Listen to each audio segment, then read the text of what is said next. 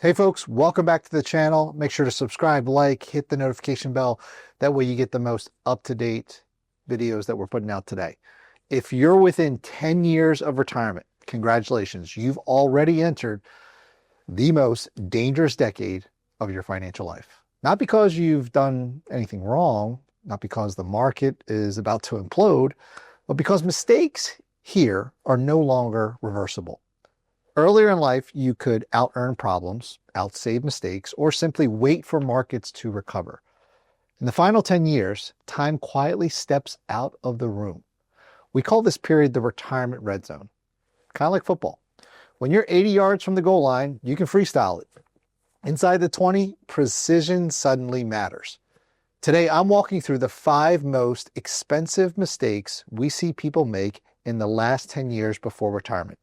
And more importantly, how to potentially avoid them without panic, paralysis, or spreadsheets that require a physics degree.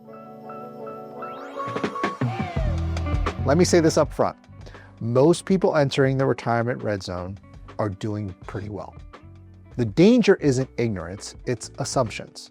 Assumptions like, I'm earning more than ever, so I'll be fine. The market always comes back, or I'll deal with taxes later, or Social Security will just show up. Retirement rarely fails because of one dramatic decision. It fails because of 5 quiet ones.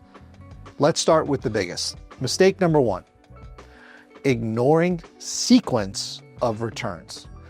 Now, sequence of returns risk sounds technical, but it's painfully simple. 2 retirees can earn the same average return over 20 years, and one runs out of money while the other doesn't. Why? Because the order of returns matters once withdrawals begin. If bad markets show up early, you're selling assets at depressed prices just to pay the electric bill. That damage compounds quietly and permanently. Same average return, wildly different ending balances. This is why I'll stay aggressive until I retire is often misunderstood.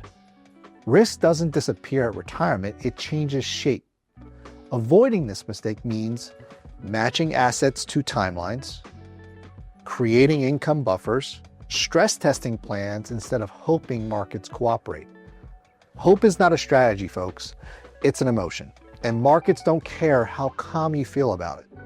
The last 10 working years are often your highest earning years. That feels fantastic, and it's also dangerous. High income creates the illusion that everything else will sort itself out. It doesn't. We routinely see people earning more than ever while carrying inefficient tax structures, overspending out of habit, failing to reposition assets, and even delaying planning decisions. Think of it this way. Peak income is like driving faster toward a destination. Helpful only if you're pointed in the right direction. The red zone isn't about making more money. It's about converting income into flexibility. Mistake number 3, treating Social Security like a form you just fill out. Social Security is often treated like a checkbox. 62 or 65, early or full. I'll just take it. That casual decision can permanently reduce your lifetime income, especially if you're married. Delaying benefits increases payments by roughly 8% per year after full retirement age. That increase compounds for life and often for a surviving spouse.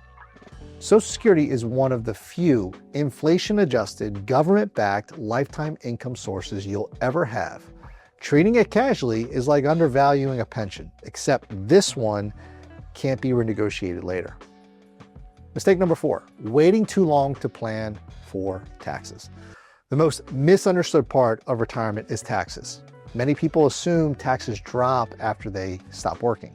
Sometimes they do, briefly though. That window between retirement and required minimum distributions is often your lowest tax period of adulthood, and most people miss it. Miss this window and you face possibly higher Medicare premiums, forced withdrawals later, tax brackets you could have avoided.